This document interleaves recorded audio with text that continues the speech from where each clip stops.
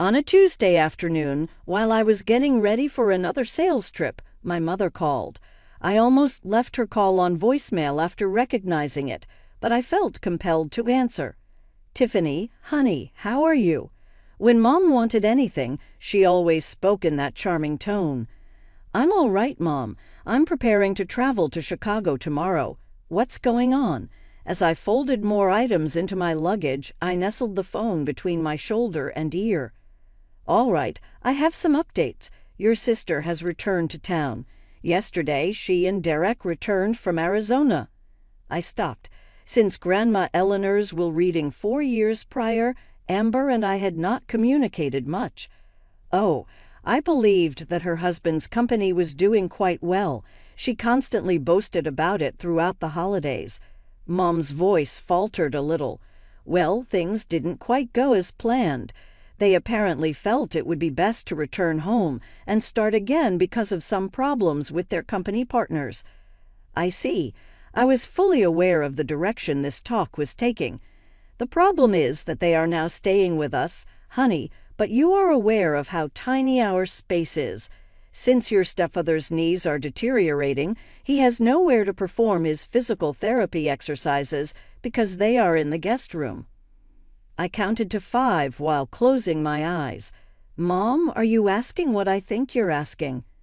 "Well, you're alone in that large space, and the house your grandma left you has 3 bedrooms. Grandma Eleanor's home would just be a stopgap measure until they were able to find employment and rebuild their lives. My haven. After feeling like a visitor in my own house as a youngster, this was the one place that was really mine. Mom married Robert about 18 months after Dad passed away when I was 5 years old. Amber then arrived, and all of a sudden I was forgotten. How temporary is temporary?" I inquired. "Oh, not too long. No more than a month or 2. Derek already has a number of interesting interviews scheduled. I didn't think so, but what could I say? All right, until they find a place of their own, they are permitted to remain in the blue bedroom." I sat on the side of my bed and let the memories to wash over me when I hung up. Robert's biological daughter, Amber, was 6 years younger than me. She became the focal point of our family's world as soon as she was born. I took shelter to Grandma Eleanor's place as Mom and Robert showered her with affection. Although she never attempted to take the place of my parents, Dad's mother offered me the undivided attention they were unable to provide. I started spending weekends at her place as a way to avoid Amber's commotion at home. She would come into my room without knocking, take items from me without asking, and act out when I told her no. Robert and Mom always stood up for her. "Tiffany, she is still a child. Stop being so rigid." College had been my first real taste of freedom. Living in the dorms, I could finally have my own space that no one invaded. Then, during my senior year, Grandma Eleanor passed away. I was devastated, but amid my grief came an unexpected gift. She left me her house and savings. It wasn't a fortune, but it was enough to help me start my life debt-free. Amber's reaction was swift and entitled. "This isn't fair. We should sell it and split the money. She wasn't your grandmother." I'd replied, "She was my dad's mother, not related to you at all." "But we're still family. Mom, tell her." And true to form, Mom and Robert had gently suggested I consider sharing with my sister. I refused, and our already strained relationship fractured further. We barely spoke after that, except for obligatory family gatherings. I attended her wedding when she was 20, watching her marry Derek, a man 10 years her senior with family money and business connections. They moved to Arizona shortly after, and I was secretly relieved to have her even further from my life. Now, 4 years later, they were back, and soon they'd be in my house. I finished packing for my Chicago trip with a sense of dread. My job as a sales representative for a medical supply company kept me traveling regularly, something I usually enjoyed. Now those business trips would serve a different purpose, escapes from whatever chaos Amber would inevitably bring into my home. A week later, they arrived with 4 suitcases of designer clothes and accessories. Amber hugged me with artificial enthusiasm, while Derek shook my hand firmly. I showed them to the blue bedroom and helped them unpack. As I hung up Amber's third designer coat, I couldn't help thinking that selling just one of these items could probably cover a month's rent somewhere. At dinner that night, Derek cleared his throat. "I've got some promising leads already. I'm meeting with an old college friend tomorrow who works in investment banking." "That's great," I said, genuinely hoping he'd find something quickly. Amber twirled her fork in her pasta. "I won't be looking for work right away. I'm more of a homemaker, you know. I love taking care of the house and making things nice." I raised my eyebrows. "Well, that's perfect then. Since you enjoy household chores, you can handle the cleaning, cooking, and laundry while you're here." Her face fell instantly. "Oh no, that's not what I meant. I like doing that in my own home. I'm a guest here." "So, you're a homemaker, but only when it's convenient." I couldn't help myself. "Don't twist my words," she snapped. "I just meant I'm still settling in." Derek jumped in to change the subject, and I let it drop.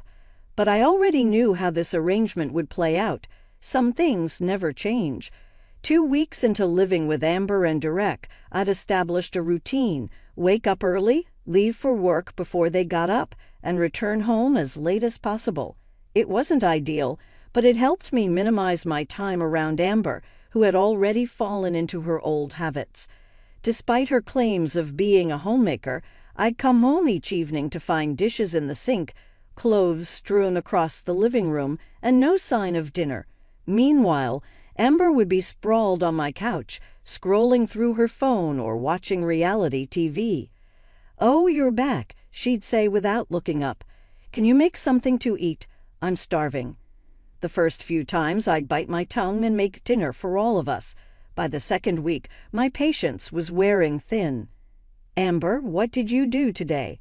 I asked one evening after finding the house in disarray again. She shrugged. "Went to see Mom and Dad, then met up with Jessica from high school. Did you know she has 2 kids now? Her life is so boring." "Did you have time to maybe run the vacuum or start a load of laundry?" "God, Tiffany, you're so uptight. I've been busy reconnecting with people. Besides, it's your house. Shouldn't you want to keep it nice?"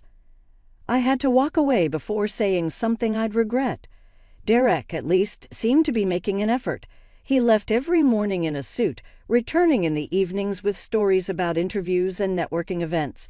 Whether he was actually job hunting or just avoiding the house, I couldn't tell, but at least he wasn't adding to my stress. When my boss called with news of a week-long business trip to Boston, I nearly hugged him through the phone. 7 whole days away from this situation sounded like paradise. The night before my departure, I made my expectations clear to Amber. "I'll be gone for a week. I don't want any parties in my house while I'm away. No guests staying over. No messes waiting for me when I get back." Amber dramatically rolled her eyes. "Yes, Mom. Anything else? No breathing your precious air. No sitting on your sacred furniture.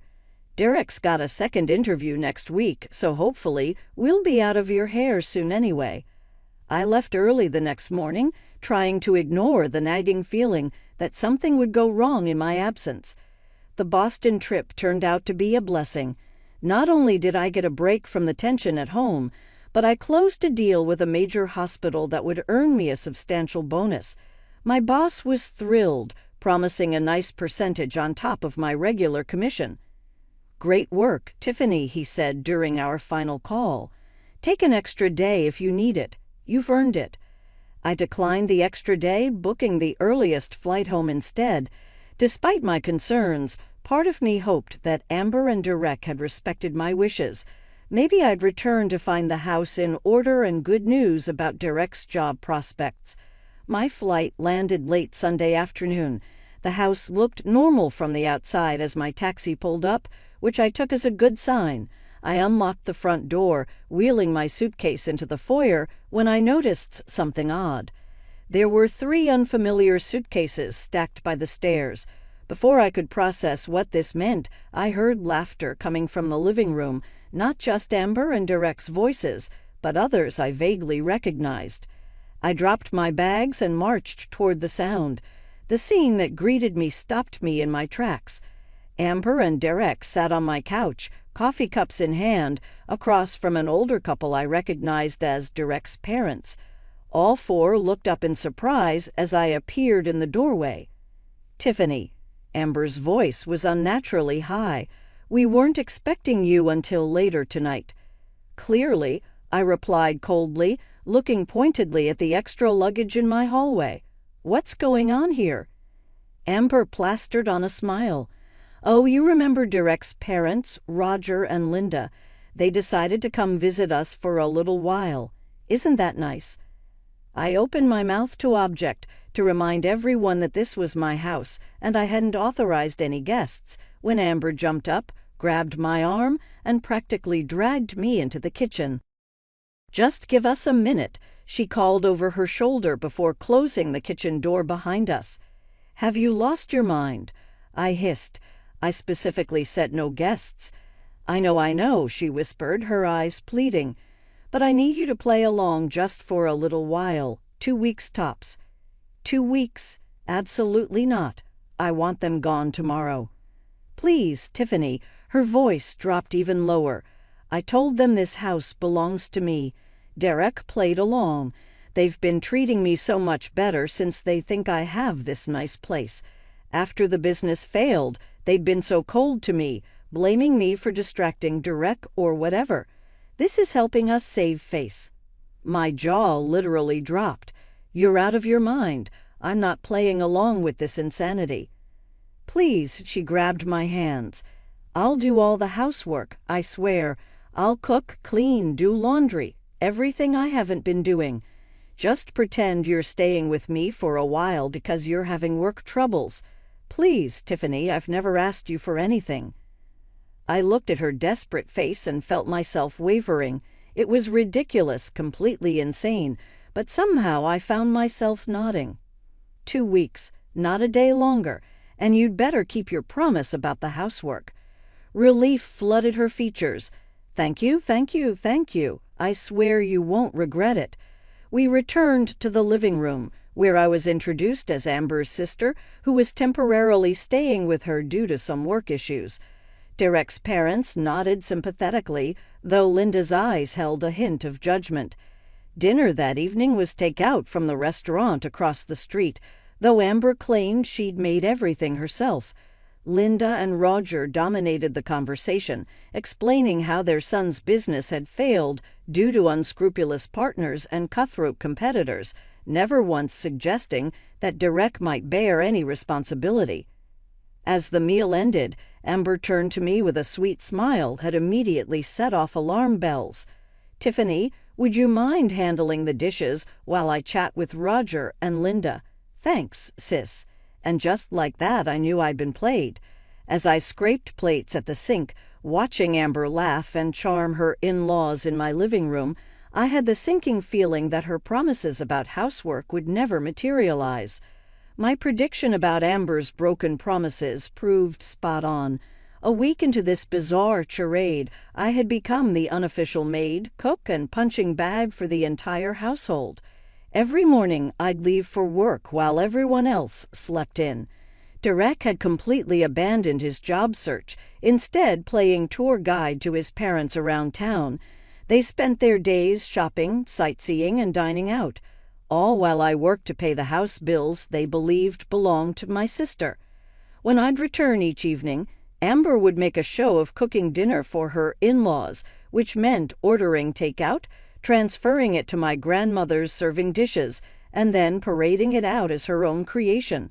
She'd even mess up the kitchen to make it look like she'd been cooking all day. "Tiffany, could you help clean up the kitchen?"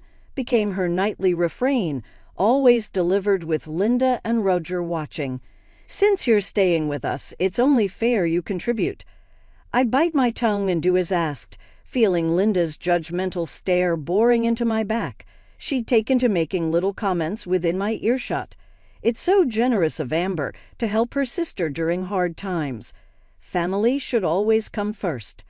Or, I raised Derek to be successful, but also to help those less fortunate. I'm glad he's supporting both his wife and her struggling sister. One evening, after a particularly exhausting day at work, I cornered Amber in the laundry room. "This has to stop," I said. "You promised you'd do the housework, but I'm doing everything while you play hostess in my house." She had the decency to look guilty. "I know I'm sorry. It's just that Linda has such high expectations, and I don't want to disappoint her."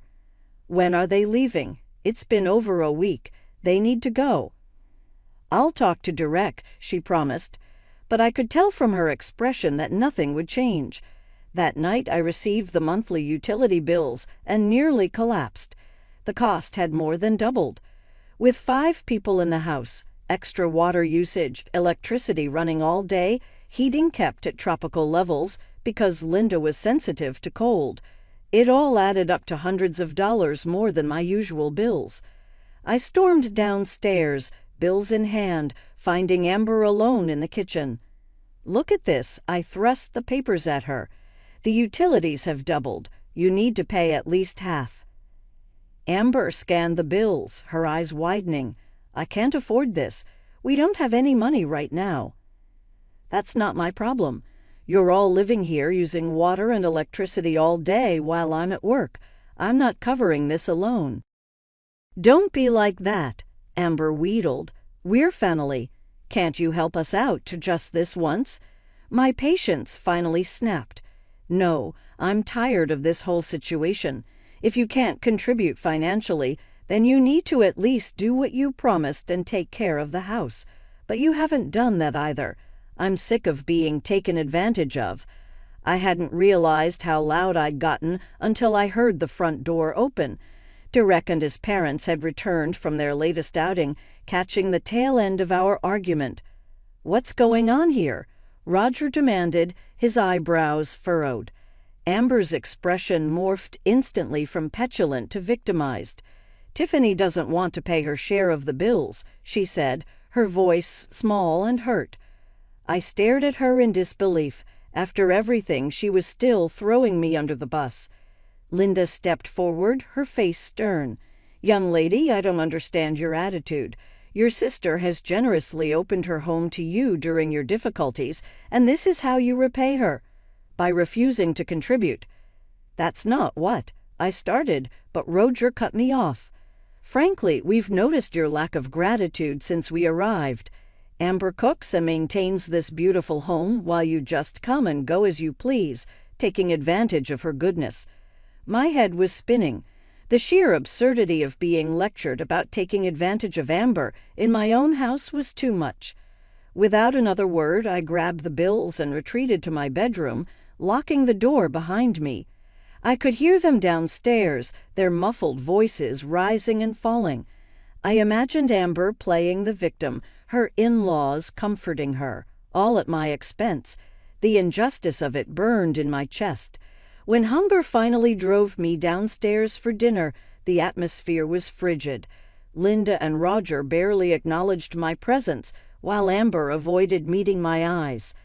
Only Derek seemed uncomfortable with the tension, fidgeting with his napkin and attempting small talk that quickly died.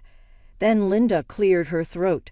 "Amber, dear, my father always taught me that honesty and respect are the foundations of any household." "Of course, Mom," Amber replied, "which is why we feel we must speak up." Linda shot a pointed look in my direction. "We don't think it's working out having your sister here. She's clearly taking advantage of your hospitality, and frankly, her attitude is affecting the peace of your lovely home." I nearly choked on my water. Roger nodded in agreement.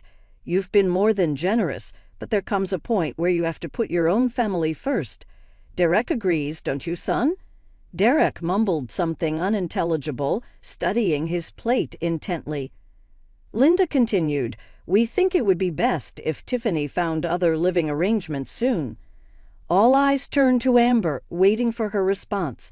I watched her curiously, wondering if she'd finally come clean about whose house this actually was. She hesitated, her eyes darting between her in-laws and me. I could see the internal struggle playing out on her face. Then, with a deep breath, she turned to me. "Tiffany," she said, her voice unnaturally firm, "I think it would be best if you packed your things. I need you to move out in 2 weeks." The silence that followed was deafening.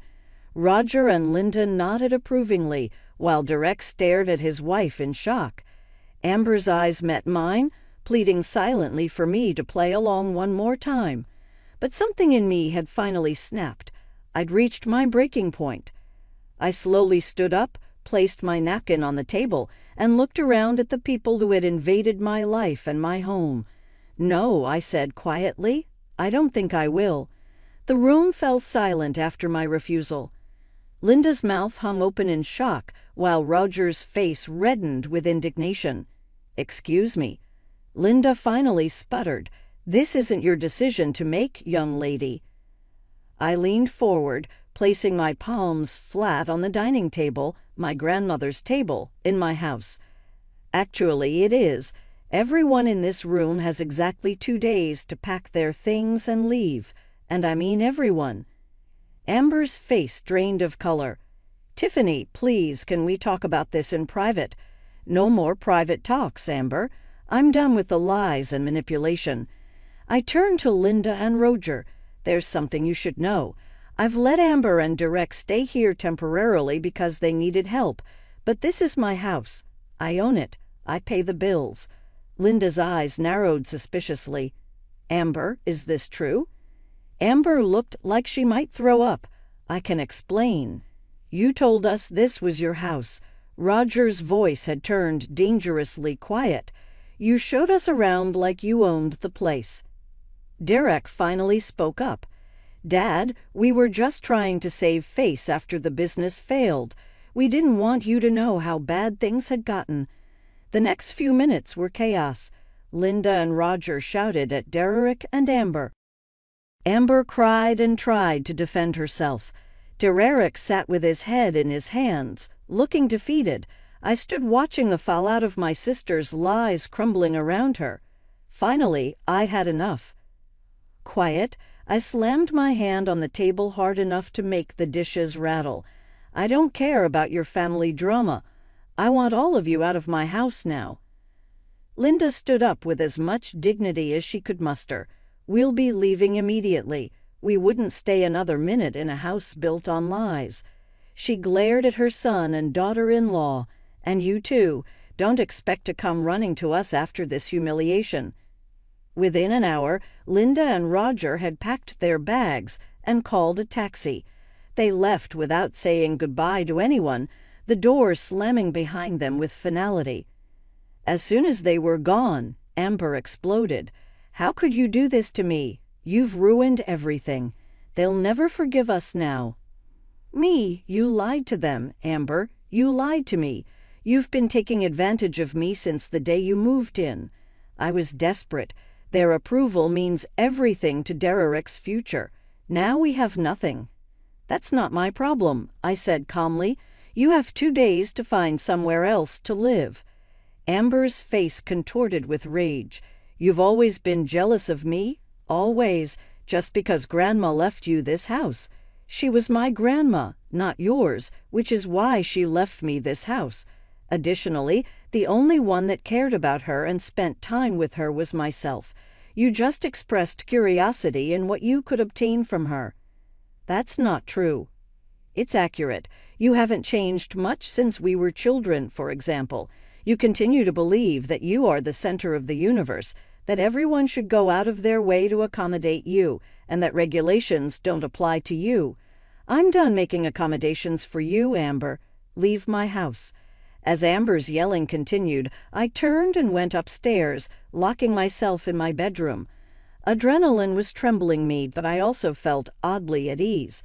It was the first time in my life that I had confronted my sister head-on. My phone rang early the next morning. My mom was the one. "What on earth is happening, Tiffany? Last night, Amber contacted me in a fit of rage and said that you had thrown her and Derek out. There is nowhere for them to go.